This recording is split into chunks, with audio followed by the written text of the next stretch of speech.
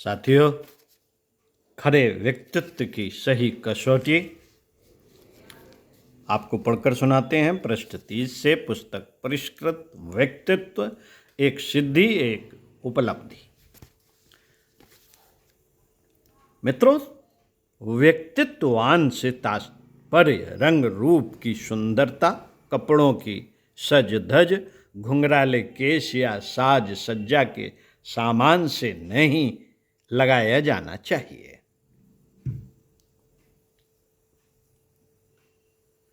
यह विशेषता तो रंगमंच के नट नटियों में भी हो सकती है, पर इसके कारण उन्हें आकर्षण मात्र समझा जा सकता है, उन्हें व्यक्तित्ववान नहीं कहा जा सकता। ऐसे लोगों के प्रति न किसी की श्रद्धा होती है और न सम्मान। उन्हें कोई उत्तरदायित्वपूर्ण काम भी नहीं सौंपे जा सकते और न उनसे यह आशा की जा सकती है कि वे जीवन में कोई महत्वपूर्ण काम कर सकेंगे। मित्रों, व्यक्तित्व से तात्पर्य शालीनता से है, सद्गुणों से युक्त स्वभाव से, सज्जनता से और मानवीय गरिमा के अनुरूप अपनी वाणी, शैली, दिशाधारा एवं विधि व्यवस्था अपनाने से है। यह सद्गुण स्वभाव के अंग होने चाहिए और व्यवहार में उनका समावेश गहराई तक होना चाहिए, अन्यथा दूसरों को फंसाने वाले ठग भी कुछ समय के लिए अपने को विनीत एवं सभ्य प्रदर्शित करते हैं। कोई जब उनके जाल में फंस जाता है तो अपने असली रूप में प्रकट होते हैं, धोखे में डालकर बुरी तरह ठग लेते हैं, विश्वासघात करके उसकी बुरी तरह जेब काटते हैं। कोई आदमी वस्तुतः कैसा है, इसे थोड़ी देर में नहीं समझा जा सकता।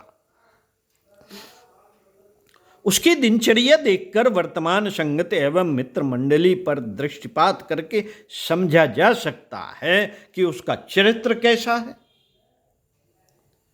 यह चरित्र ही व्यक्तित्व की परख का प्रधान अंग है। मित्रों, इसके अतिरिक्त शिक्षा एवं विचार पद्धति भी देखने योग्य है। कुछ समय के वार्तालाप में मनुष्य की शिक्षा एवं आस्था का पता चल जाता है, चिंतन वाणी में प्रकट होता है। ठग आदर्शवादी वार्तालाप कर सकने में सफल नहीं हो सकते। वे किसी को जाल में फंसाने के लिए ऐसी बातें करते हैं मानो उनके हितैषी हों और उसे अनायास ही कृपा पूर्वक कोई बड़ा लाभ कराना चाहते हैं।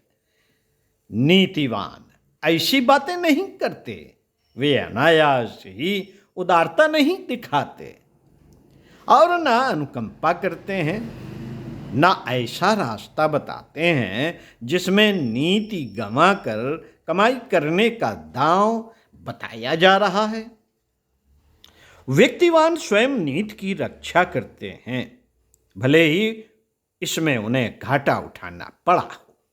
यही नीति उनकी दूसरों के संबंध में होती है। जब भी जिसे भी परामर्श देंगे वह ऐसा होगा जिसमें चरित्र पर आंच न आती हो, भले ही सामान्य स्तर का बना रहना पड़े। क्या फर्क पड़ता है, कपड़ा सूती भी हो सकता है और लेनिन का भी कपड़ा तो कपड़ा है। तो शालीनता उपार्जित करने के लिए मित्रों शिक्षा की भी जरूरत पड़ती है। अशिक्षित आमतौर से गंवार या मूर्ख होते हैं। उनके व्यवहार में दूसरों को हानि पहुंचाकर अपना लाभ कमा लेने की नीति का समावेश होता है। ऐसा ही वे स्वयं करते हैं और ऐसा कर गुजरने के लिए वे दूसरों को परामर्श देते हैं। कारण कारण कि उनका ज्ञान समीपवर्ती साधारण लोगों तक ही सीमित होता है और औसत आदमी सफल बनने के लिए ऐसे ही तरीके अपनाता है। उनमें से अपवाद रूप में ही भलमनसाहत पाई जाती है जिस पर इस समुदाय का प्रभाव है। वे यही समझते हैं कि दुनिया के रीत रिवाज यही हैं और इस रीत को अपनाने में कोई हर्ज नहीं, कोई हर्ज नहीं है। सुशिक्षित स्वाध्यायशील व्यक्तियों की आदर्शवादियों जैसी कार्य पद्धति होती है। इतिहास में ही ऐसे श्रेष्ठ पुरुष खोजे जा सकते हैं। वे कभी कभी और कहीं कहीं ही होते हैं। उन्हें आदर पूर्वक पढ़ने सुनने और समझने से ही इस निष्कर्ष पर पहुंचा जा सकता है कि इन लोगों ने प्रत्यक्ष घाटा उठाते हुए भी आदर्शों का परिपालन किया है और सर्वसाधारण के सामने अनुकरणीय पथ प्रदर्शन प्रस्तुत किया है। ऐसे लोग यदि भावनाशील हुए और आदर्शों को अपनाने से किस प्रकार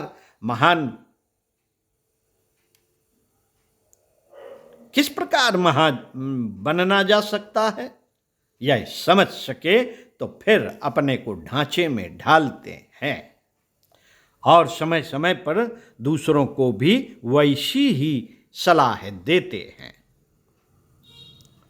इसी परख पर यह जाना जा सकता है कि यह व्यक्तित्ववान है या नहीं। उसकी शालीनता परिपक्व स्तर की है या नहीं। व्यक्तित्ववान दूसरों का विश्वास अर्जित करते हैं, साथ ही सम्मान एवं सहयोग भी। ऐसे लोगों को बड़े उत्तरदायित्व सौंपे जाते हैं और उन्हें उठाने में प्रसन्न भी होते हैं, क्योंकि महत्वपूर्ण कार्यों को संपन्न करने में अनेक लोगों का विश्वास और सहयोग अर्जित करने में ऐसे ही लोग सफल होते हैं। मित्रों, निश्चित है कि महत्वपूर्ण कामों को पूरा करने में सद्गुणी साथी अनिवार्य रूप से आवश्यक होते हैं और वे हर किसी का साथ नहीं देते, कारण कि उन्हें यह देखना पड़ता है कहीं ओछे लोगों की मंडली में शामिल हमें भी बदनामी ना ओढ़ना पड़े। व्यक्तित्ववानों की परख का एक और तरीका है कि उनने अपने सगे संबंधियों के साथ न्यायोचित व्यवहार का निर्वाह किया या नहीं। जिनके साथ निरंतर रहना पड़ता है उन्हीं के साथ आदमी की असलियत खुलती है। बाहर के लोगों के साथ तो बनावटी सज्जनता भी दिखाई जा सकती है, पर मुखौटा पहनकर दिनचर्या का निर्वाह नहीं हो सकता। चकमे में डालने की कला कभी कभी ही काम देती है और वह प्रायः अजनबी लोगों पर ही सफल होती है। जिनसे लगातार वास्ता पड़ता है उनसे किसी के स्वभाव या चरित्र की वस्तु स्थित छिपी नहीं रहती। व्यक्तित्ववानों को सदा अपनी गरिमा का ध्यान रहता है। स्वाभिमान गंवाने वाले कामों में वे हाथ नहीं डालते। ऐसी दशा में चतुर लोग उनसे उदास रहते हैं और घनिष्ठता स्थापित नहीं करते। किसकी घनिष्ठता किन से है यह देखकर सहज ही जाना जा सकता है कि इस व्यक्ति का स्तर क्या होना चाहिए। इसी प्रकार यदि पिछले दिनों के कार्यों पर दृष्टि डाली जाए तो यह देखा जा सकता है कि वे किस स्तर के थे। तो भी समझा जा सकता है कि इनका व्यक्तित्व क्या है। इस स्तर की प्रतिभा अर्जित करने के लिए उच्च स्तरीय स्वाध्याय सत्संग आवश्यक है। उच्च स्तरीय, जिसे बाहर स्थित ऐसी मिलेगी वही चिंतन और मनन भी उच्च स्तर का कर सकेगा। उनके द्वारा अन्यों को भी ऊंचे स्तर का परामर्श एवं सहयोग मिलेगा।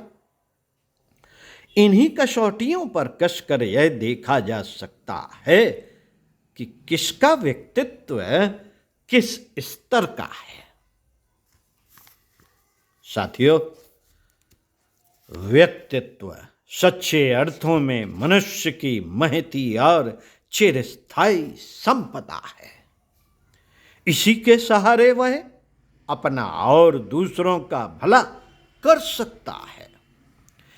किन्हीं पर उपयोगी प्रभाव डालने में भी ऐसे ही लोग सफल होते हैं, अन्यथा जिनकी कथनी और करनी में अंतर होता है वे सर्वत्र संदेह की दृष्टि से देखे जाते हैं और पोल खुलने पर उपहासास्पद बनते हैं।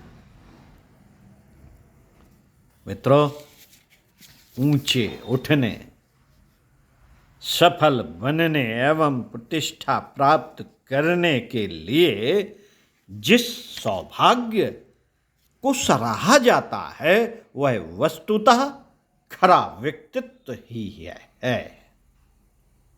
खरा व्यक्तित्व ही है। सोने की जब कसौटी और अंगीठी पर परख हो जाती है तो उसकी उपयुक्त कीमत मिलती है। यही बात व्यक्तित्व के संबंध में भी है। वह जब खरा होने की स्थिति तक पहुंच जाता है तो मनुष्य को ऐसा सौभाग्यशाली बनाता है जिसकी चिरकाल तक सराहना होती रहती है।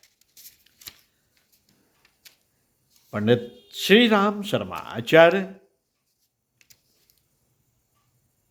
साथियों, व्यक्तित्व वह कसौटी है कि जिस पर कसकर यदि खरा उतरा जा सके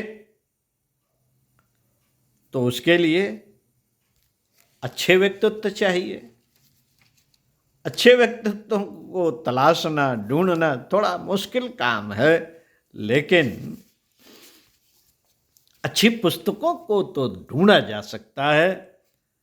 युग साहित्य इसमें आपकी बहुत कुछ मदद कर सकता है। परम पूज्य गुरुदेव ने 3200 पुस्तकें जो लिखी उनको नाम दिया है युग साहित्य।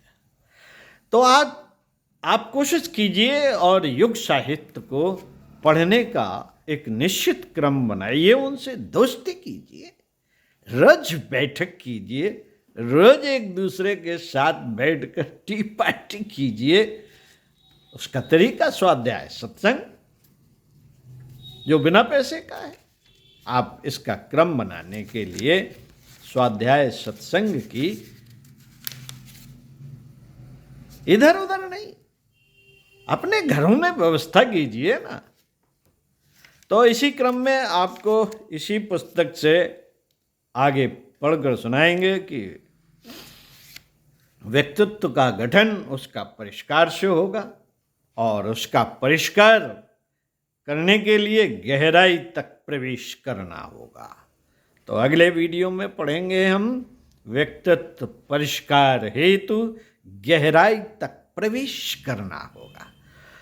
सुनते रहिए कुछ अच्छा और पढ़ते रहिए कुछ अच्छा। स्वाध्याय सत्संग के इस क्रम में चिंतन मनन का क्रम आपको बनाना है और जो पढ़ाया गया है, जो सुना गया है, उसको गहराई तक उतारने के लिए बार बार उसी को रिपीट करना है, उस पर विचार करना है। ओम शांति।